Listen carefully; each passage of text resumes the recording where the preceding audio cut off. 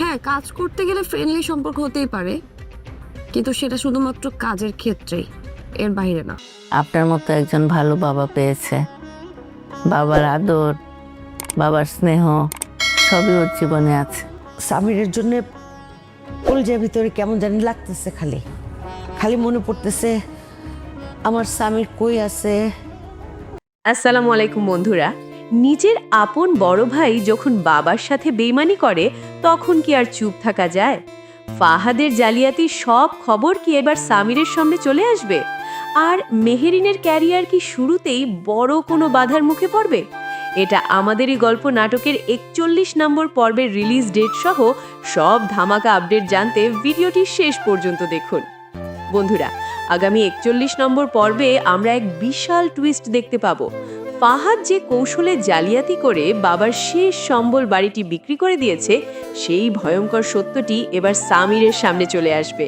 নিজের ভাইয়ের এমন জঘন্য কাজ জানতে পেরে সামির কি পারবে নিজেকে শান্ত রাখতে? অন্যদিকে ফাহাদ নিজেও এখন এক অদ্ভুত মানসিক যন্ত্রণায় ভুগছে। বাড়ি বিক্রির পর সে নিজেও এখন কিছুটা অনুতপ্ত, কিন্তু এই অনুশোচনা কি তাকে তার বাবা মায়ের কাছে তার ক্ষমা এনে দিতে পারবে? তবে নাটকের সবচেয়ে বড় ফোকাস থাকবে মেহেরিনকে নিয়ে। মেহেরিনের অফিসের বস তাকে বাইরে কফি খাওয়ার যে প্রস্তাব দিয়েছে, তা মেহেরিনের মনে বড় এক খটকা তৈরি করেছে। মেহেরিন কি এই নোংরা পরিবেশের সাথে মানিয়ে নিয়ে চাকরি চালিয়ে যাবে, নাকি নিজের সম্মান বাঁচাতে চাকরিটা ছেড়ে দেবে? আর সামির কি এই কঠিন সিদ্ধান্তে মেহেরিনের পাশে দাঁড়াতে পারবে? বন্ধুরা, আগামী পর্বে আমরা এক আবেগ ঘন মুহূর্ত দেখতে পাবো।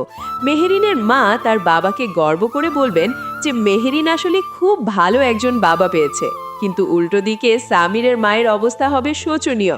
সন্তানের বিরহে তার বুকটা ফেটে যাচ্ছে, যা দর্শকদের চোখের কোণে পানি নিয়ে আসবে।